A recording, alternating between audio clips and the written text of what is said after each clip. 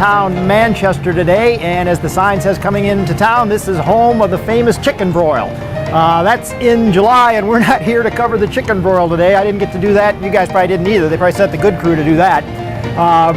We are here today, and it's November, and neither snow nor rain nor gloom of night will keep, nor lack of chicken, will keep this JTV crew from its appointed rounds. And today we're here with Kent McCullough. How did it? And with that reference to the Postal Service, we are here today with your 1931 postal delivery truck. Right. Could you give us a little bit of background on this vehicle? Well, I can tell you a little bit about it. Like I said, it's a Model A Ford, 1931.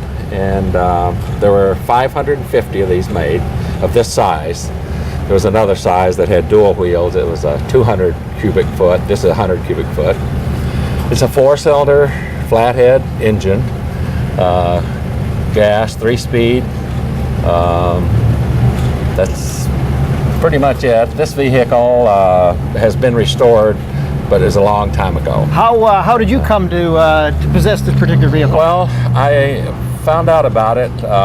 It was over in Saline, actually, and an auctioneer had it, and it was in his barn in Saline, and I was over there putting some lights in for him one day, and I happened to see it, and I just fell in love with it, because I've liked old cars all my life. I have another Model A, and so I tried to buy it from him, but he wouldn't sell, and I worked on him for quite a while, and finally he decided, well, he might as well sell it.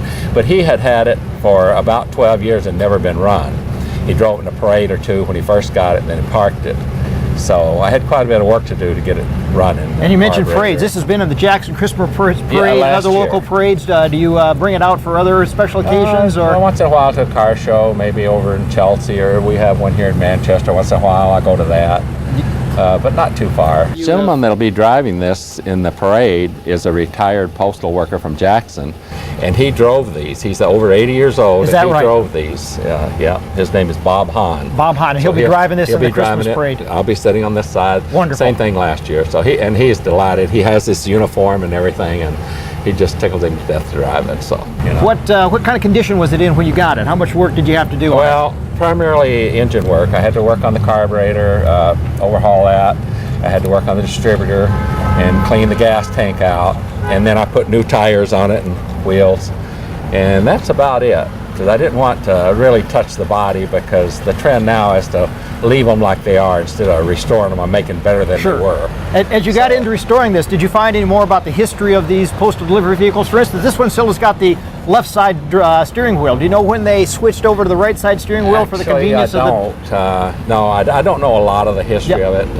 A little bit, but not a great deal. Do you know what a postage stamp cost in 1931?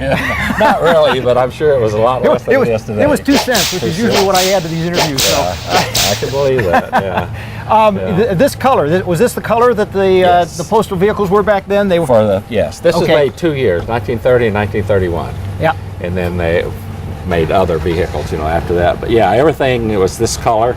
Everything, this is all original coloring and everything.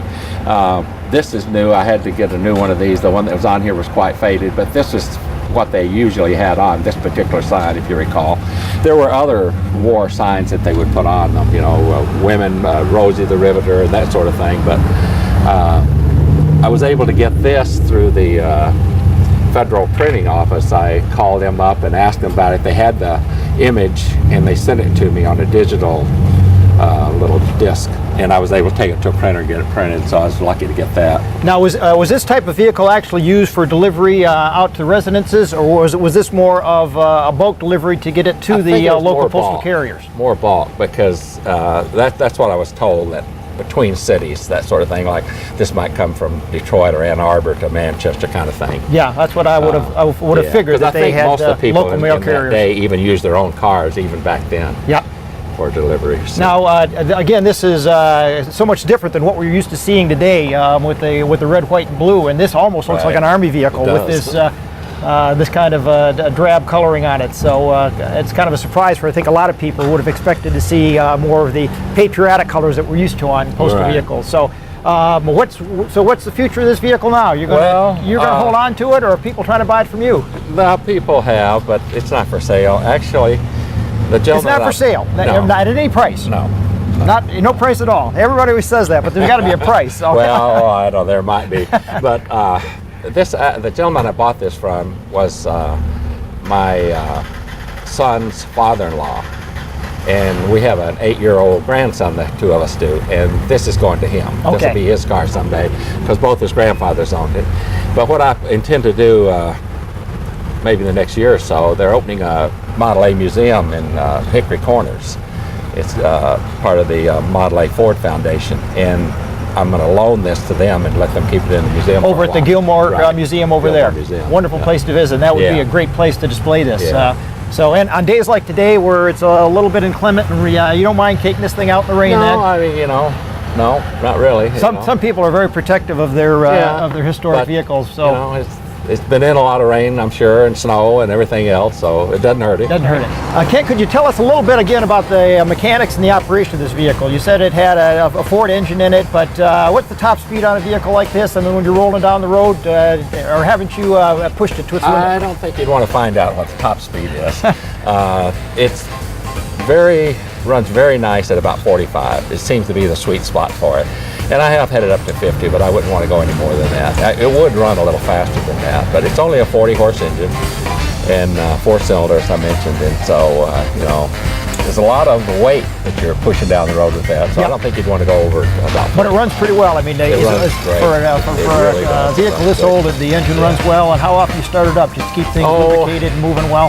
Quite a bit. I try to start it like once a month. You're supposed to start it once a month and run it for half an hour. I don't do that every month, of course, in the winter when it's really cold, but I try to start it up, and I keep the battery charged so that I don't have a problem with it. And it always starts right up. It runs really good. And transmission, shifting is smooth. It has a Fantastic. 3-speed, Yeah, but it just 3-speed. slides right through Yeah. them. And Another interesting thing about these, I don't know how many people know it, but the horn on this, it's the Auga horn.